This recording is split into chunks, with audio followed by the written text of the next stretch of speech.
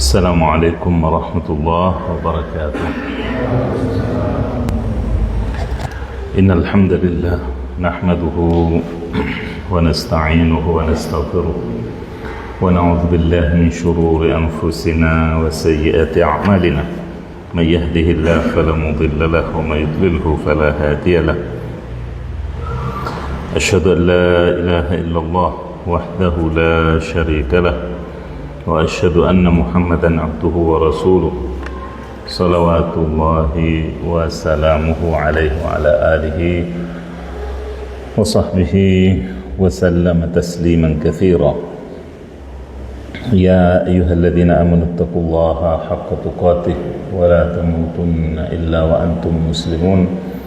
يا أيها الذين آمنوا اتقوا الله وقولوا قولا سديدا يصلح لكم أعمالكم ويغفر لكم ذنوبكم ومن يطع الله ورسوله فقد فاز فوزا عظيما. أما بعد، فإن أصدق الحديث كتاب الله وخير الهدي هدي محمد صلى الله عليه وسلم وشر الأمور محدثاتها وكل محدثة في دين الله بدعة وكل بدعة ضلالة وكل ضلالة في النار. Ma'asyiral aba wal ummahat wal akhwa wal akhawat, kembali kita panjatkan puja-puji syukur kehadirat Allah Subhanahu wa taala atas berbagai limpahan nikmat karunia-Nya, termasuk curahan rahmat hujan yang hingga saat ini mengguyur sekitar masjid ini. Allahumma suqya rahmatin la suqya adab, Allahumma sayyiban nafi'ah.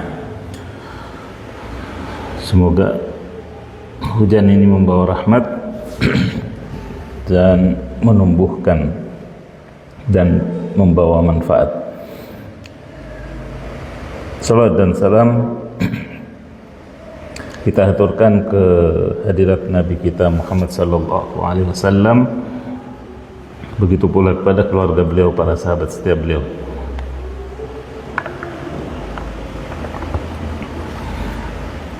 Jamaah yang dirahmati Allah, kita lanjutkan pembahasan kitab Al-Adabul Mufrad. Kita memasuki bab yang baru, yaitu bab doa, bab berkaitan dengan doa.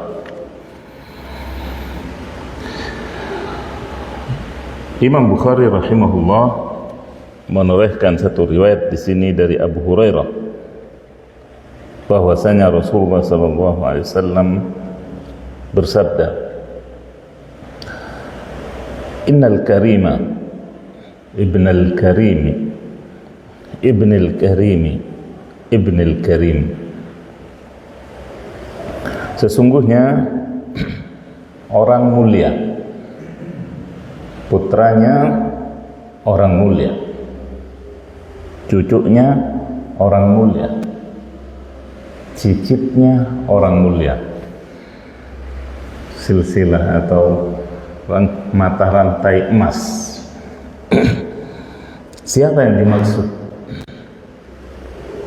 dengan orang mulia? Anaknya orang mulia, cucunya orang mulia, cicitnya orang mulia. Beliau adalah, kata Nabi, Yusuf bin Ya'qub bin Ishaq bin Ibrahim alaihi salatu wassalam.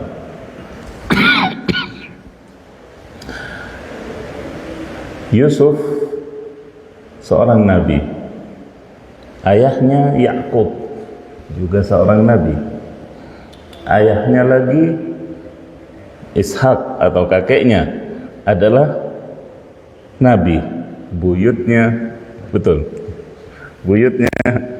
Ibrahim alaihissalam juga, bahkan bukan cuma nabi dan rasul, tapi Khalilullah selain Muhammad sallallahu alaihi wasallam. Beliau dan nabi kita sebagai Khalilullah. Jadi mau dari atas atau mau dari bawah, ini adalah mata rantai emas yang tidak terulang, yang sekali lagi tidak terulang. Karena dari Ibrahim misalnya alaihissalam punya Ismail dan Ishak. Yang Ishak ini yang turun terus Nabi, sementara yang dari Ismail putus kenabian. Tapi Allah Subhanahu wa ta'ala berikan ganti dengan yang lebih baik dari itu semua sebagai penutup pemanis, ya, penutup yang sangat indah, ya. Dari Ishak terus sampai Isa itu adalah mata sambungan, meskipun ada sebagian yang tidak langsung. Dari Ismail kosong, tetapi kemudian dipilihkan yang terakhir justru dari Ismail, yaitu Nabi kita Muhammad sallallahu alaihi wasallam.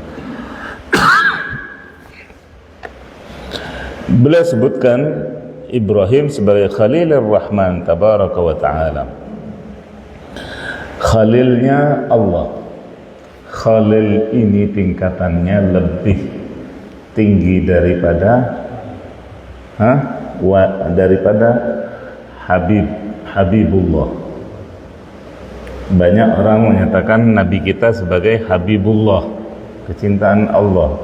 Lah, Nabi kita di atas itu, Khalil. Kalau Habib atau kecintaan Allah, Nabi-Nabi yang lain juga kecintaan Allah. Tapi kalau khullah atau Khalil orangnya, itu hanya Allah pilih dua dari Nabi dan Rasulnya, Ibrahim dan Nabi kita Muhammad sallallahu alaihi wasallam. Arti daripada khullah atau Khalilullah yaitu hamba yang cintanya kepada Allah itu, ya, bercampur dengan tulang dagingnya, juga sumsumnya dan otaknya, kecintaannya kepada Allah. Nabi Ibrahim alaihissalam ketika diuji juga oleh Allah dengan terlambatnya punya anak. Begitu punya anak, lucu-lucunya suruh sembelih. Allah cemburu. Allah maha cemburu sesuai dengan kemuliaan dan keagungannya. Makanya kemudian menguji imannya Nabi Ibrahim, kecintaannya Nabi Ibrahim terhadap Allah, disuruh pilih atau dibandingkan dengan kecintaannya kepada anaknya, putranya. Kemudian Nabi Ibrahim lulus dalam ujian tersebut.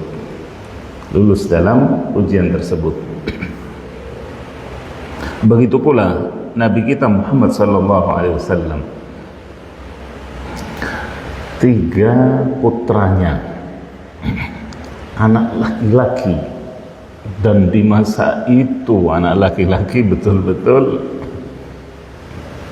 menjadi tumpuan harapan orang tua, apalagi di kalangan Arab, di mana orang yang tidak punya anak laki-laki itu dikatakan abtar, putus keturunannya, dia hanya melahirkan anaknya orang, sampai seperti itu.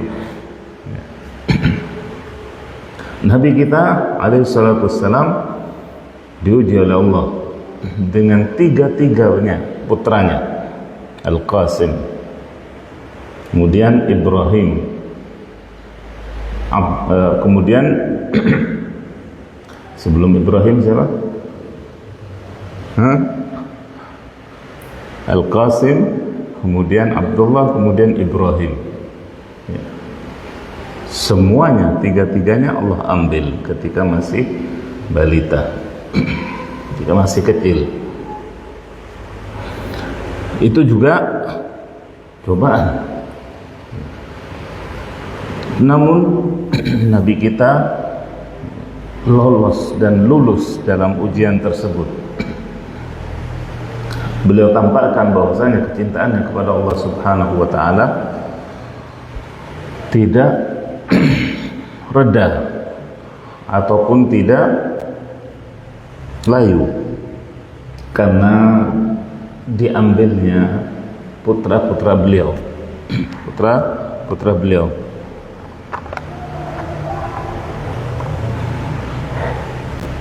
Baik. Apa kemudian hubungannya Nabi menyebut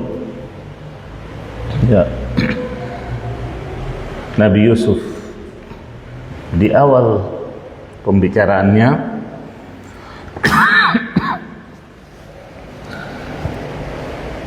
Setelah itu Nabi katakan, "Lau labithtu fis sijni ma labitha Yusuf.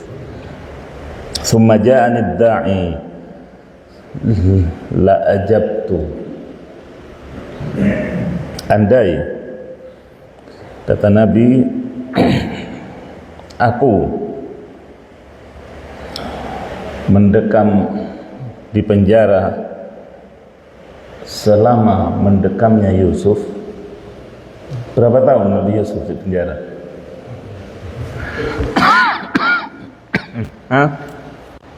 Berapa tahun Nabi Yusuf di penjara? 11. Ada yang lain? 7 tahun dikatakan. Katakan 7 tahun. Nah, tentunya banyak riwayat yang menyebutkan hal itu.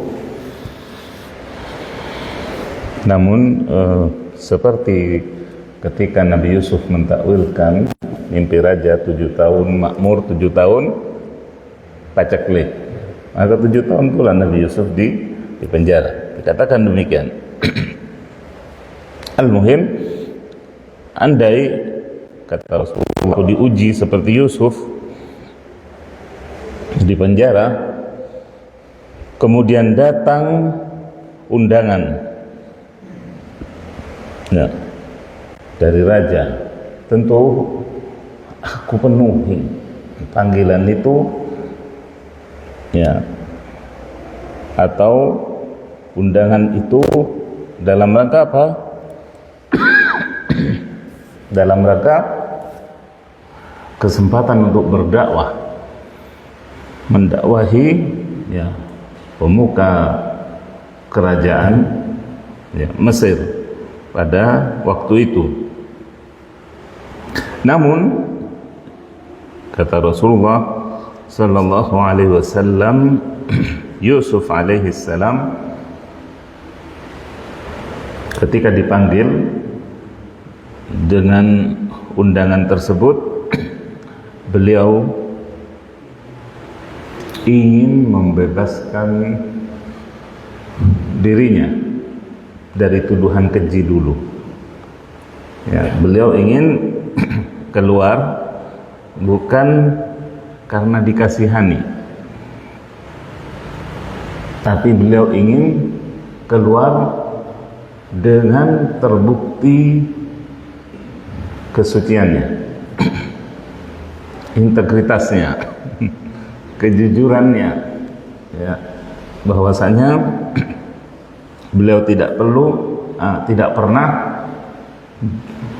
melakukan, jangankan melakukan, berniat untuk berkhianat kepada ayah angkatnya, tidak pernah.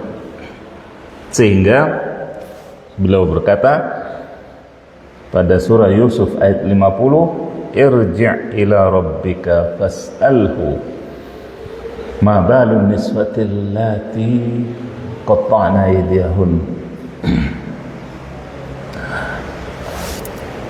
Utusan raja tadi dikatakan kepadanya oleh Yusuf, kembalilah ke tuanmu, itu kepada penguasa Mesir saat itu, tanyakan pada wanita-wanita istana, yaitu istri-istri pembesar istana Mesir, Kenapa mereka sampai memotong jari-jarinya? Sampai memotong jari-jarinya. Wa rahmatullahi ala Lut. Kemudian Nabi juga menyebut saudaranya Nabi yang lain, yaitu Nabi Lut. Semoga Allah merahmatinya. Semoga Allah merahmatinya. In kana la ya'uhi ila rukni syadid. Sungguh beliau, kata Rasulullah SAW, berharap punya sandaran yang kuat dalam dakwah. Punya sandaran yang kuat dalam dakwah. Sebagaimana Allah ceritakan pada surah Hud ayat 80. Lau anna li bikum quwwatan au awi ila rukni syadid. Andai aku punya kekuatan untuk membela diri, membela pengikut-pengikutku dari godaan atau gangguan kaumnya yang menyimpang, atau aku bersandar pada sandaran yang kuat sehingga tidak dijahili, sehingga tidak diusili oleh kaumnya yang menyimpang. Lantas apa kata Nabi? Fama ba'atsallahu ba'dahu min nabiyyin illa fi tharwatin min qaumih. Sesudah Nabi Lut ini tidak Allah utus seorang nabi pun kecuali dia punya kekuatan atau punya sandaran, backingan dalam bahasa kita, yang akan membelanya, yang akan membela dakwahnya.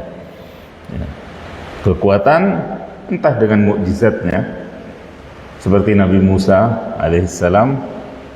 Sesudah Nabi Lut, Allah berikan mukjizat yang luar biasa, karena beliau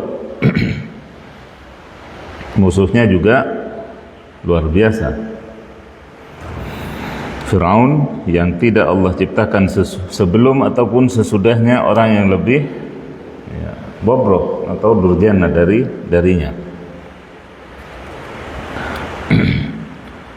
Jemaah yang dirahmati Allah, dari hadis ini bisa kita ketahui bagaimana kecintaan Nabi kita alaihi salatu wassalam terhadap nabi-nabi sebelumnya.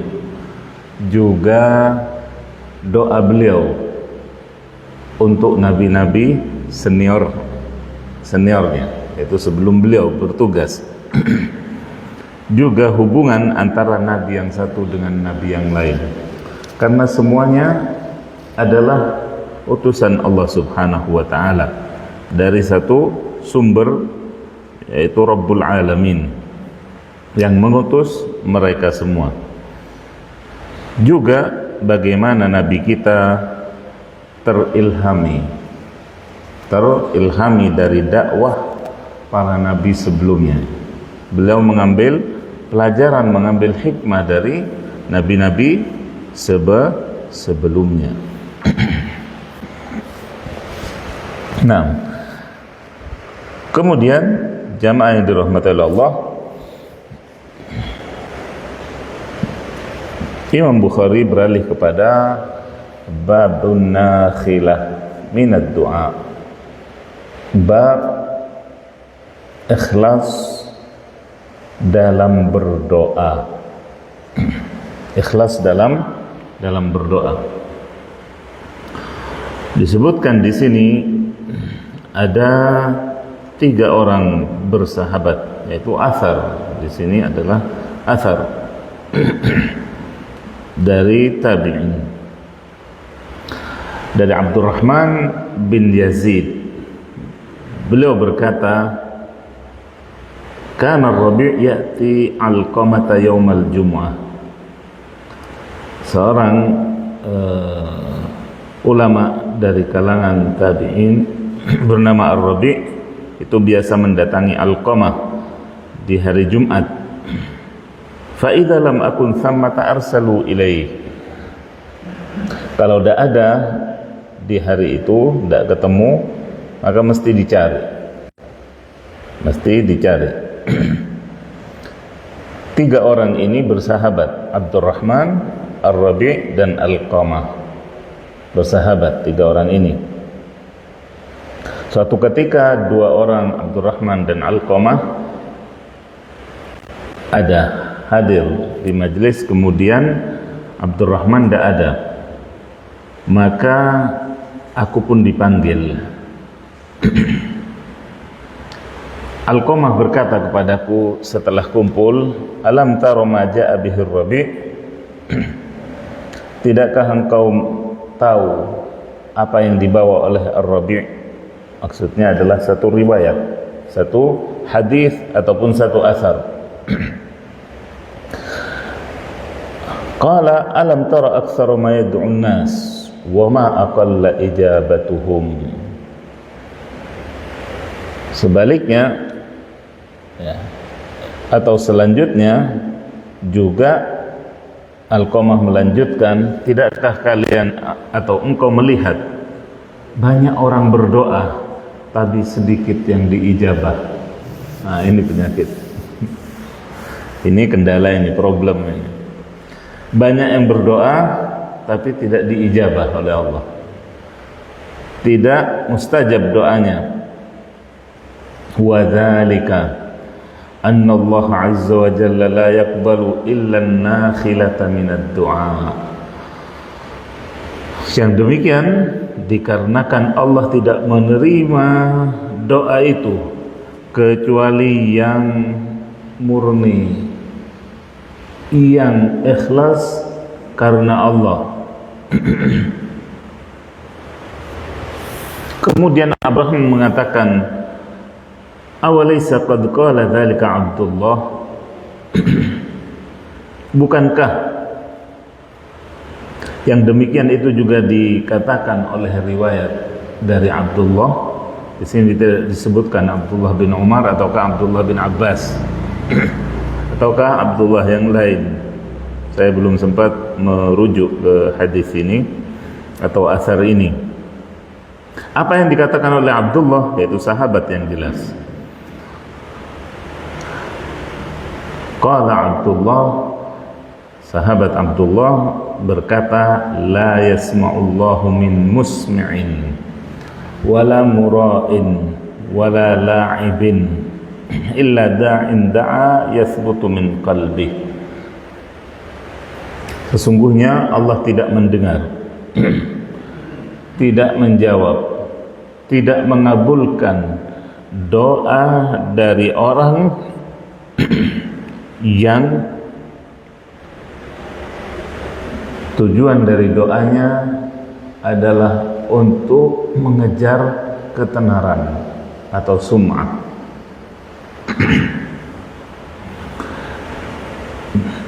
Makanya para ulama dari sini juga,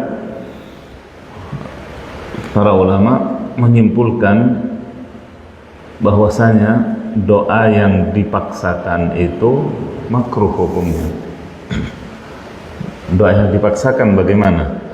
Doa yang bersajak, berakhiran sama, itu ada keterpaksaan ya, di dalamnya ada keterpaksaan. Meskipun dalam beberapa atau tidak sedikit dari doa Nabi itu bersajak, seolah-olah ya, bersajak, tapi itu duna takalluf minhu alaihi salatu wassalam, itu tanpa dibuat-buat oleh Nabi. Sedangkan doa yang diniatkan atau diupayakan dengan bersajak itu tentunya akan lebih mengundang perhatian. Akan lebih mudah, kalau dengan bahasa kita viral sekarang, akan lebih mudah viral daripada doa yang sekedarnya. Maka dari itu hati-hatilah doa yang tercampuri niat keikhlasannya dengan kesohoran, ketenaran atau keviralan, itu lebih dekat untuk tidak dikabulkan oleh Allah. Wala mura'in, dan juga orang yang dalam doanya hanya ingin dilihat, hanya ingin dipuji. Riya, ini tuh orang yang riya. Jadi mau sum'ah, mau riya, sama Allah Subhanahu wa taala tidak perkenankan doanya. Kalau ketenaran tadi sandarannya adalah telinga atau pendengaran, sedangkan riya itu dari mata. Ra'a yara. Wala la'ibin, tidak pula orang yang main-main dalam doanya. Astagfirullahaladzim. Main-main dalam doanya.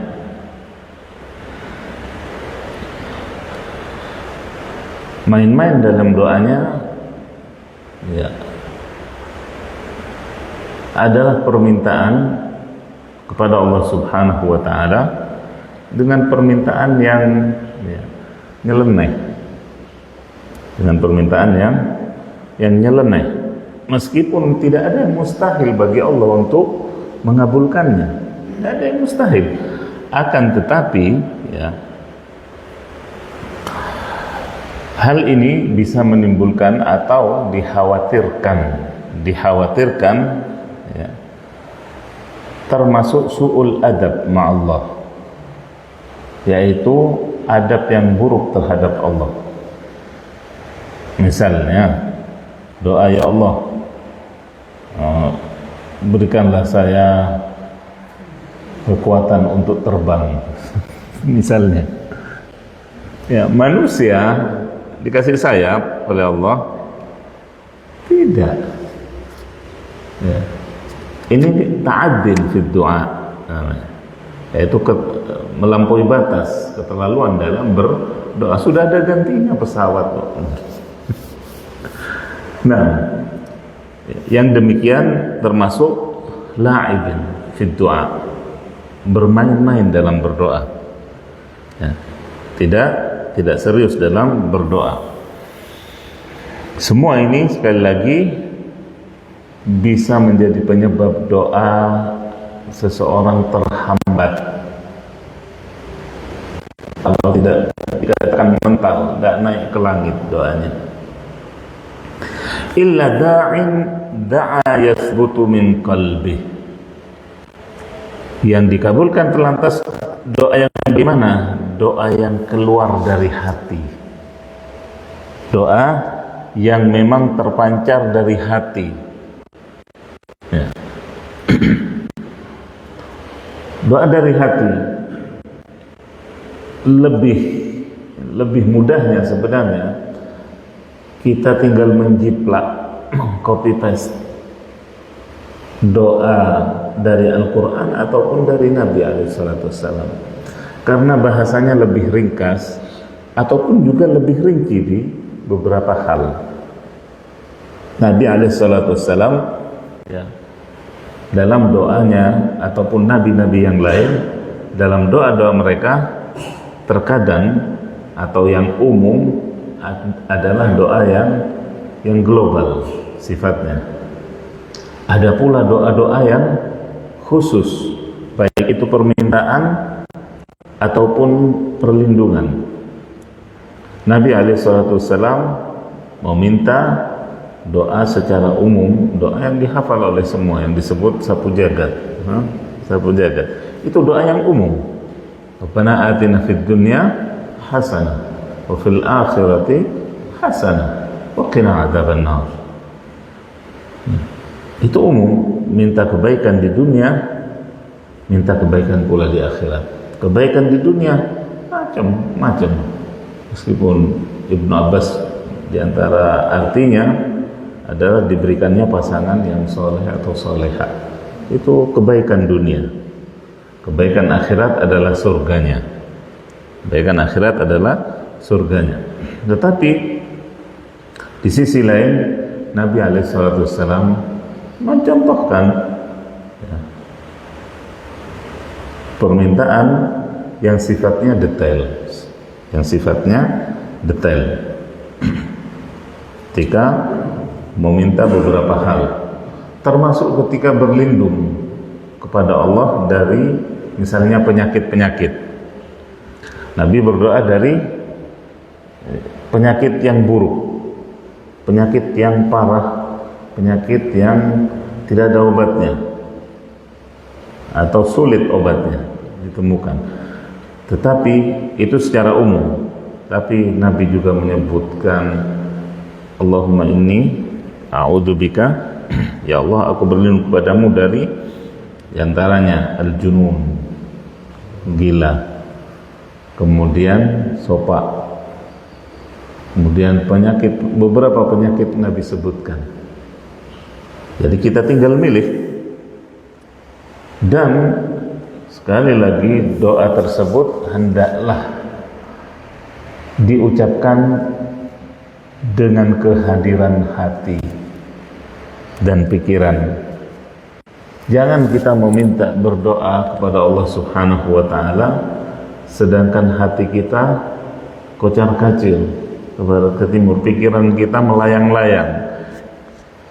Ini juga bisa menjadi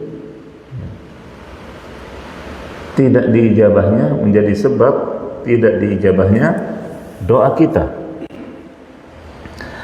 Jangankan kepada Allah Subhanahu wa taala, kita butuh kepada seseorang,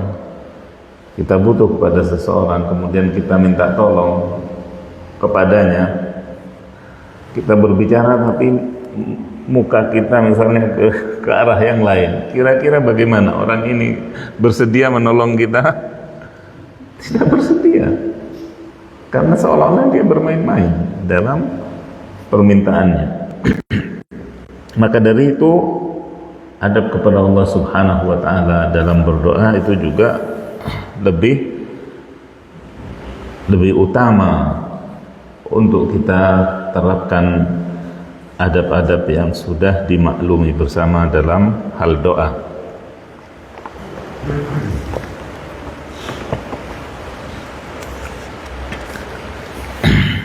Jamaah yang dirahmati Allah, juga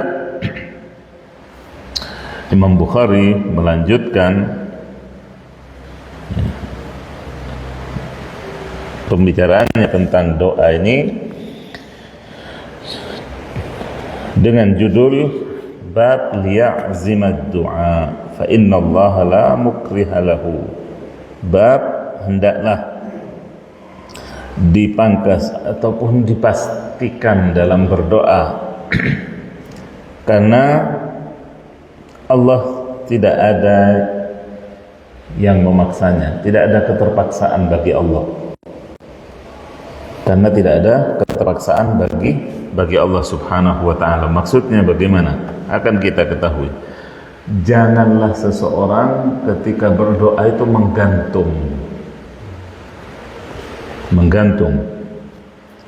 Maksudnya dari Abu Hurairah bahwasanya Rasulullah SAW bersabda, "Idza da'a ahadukum fala yaqulu in syi'ta wal ya'zimil mas'alah."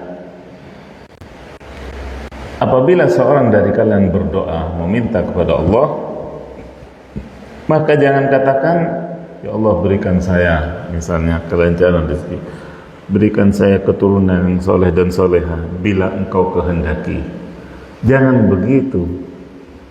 Ini namanya doa menggantung, digantungkan dengan masyiah Allah. Sama dengan juga ketika kita ya, mendoakan anak teman kita misalnya, ketemu di jalan, oh masya Allah, ya anak soleh insya Allah. Lah, jangan katakan insya Allah jadi anak soleh ya, seperti itu. Jangan tambahi insya Allah. Ini banyak kita dapati. Itu namanya apa? Menggantungkan dalam doa. Jangan gantungkan dengan masyiah Allah, dengan kehendak Allah, tapi hendaklah diminta. Falyazimil mas'alah, diminta. Soal pantas atau tidak pantas, layak atau tidak layak, itu di tangan Allah. Keputusannya terserah kepada Allah. Ketika kita meminta, mintalah yang banyak, yang berkah terutama, yang baik. Dan sekali lagi jangan digantungkan dengan masyiatullah atau dengan kata insyaallah dan sejenisnya. Wal yu'zimir raghbah, dan juga hendaklah tunjukkan kebutuhan kita. Kebutuhan kita. Jangan kita meminta kepada Allah sedangkan kita seolah-olah tidak begitu butuh kepada permintaan tersebut. Jangan. Nabi Musa alaihissalam saja ya, ketika berdoa pada Allah, saking bingungnya beliau waktu itu, tidak ngerti harus minta yang mana yang lebih dulu, sehingga beliau serahkan kepada Allah dengan mengatakan, Rabbi inni lima anzalta ilayya min khairin faqir. Ya Allah, apapun yang kau kasih, apapun yang kau turunkan berupa rizki kepadaku, aku papah, aku fakir, aku butuh ya Allah. Mau kau kasih istri duluan, ahlan wa sahlan. Mau kasih kerjaan duluan, ya saya juga butuh kerjaan. Mau dikasih ini, mau dikasih itu, semua saya butuh ya Allah. Fakir gitu. Itu maksud wal yu'zimir raghbah. Ketika kita berdoa, hendaklah kita tunjukkan kepapahan kebutuhan kita. Sebagaimana anak kecil kalau minta sama orang tuanya dengan merengek-rengek, dengan nangis-nangis, maka hendaklah kita meminta kepada Allah seperti itu atau lebih. Seperti itu atau lebih.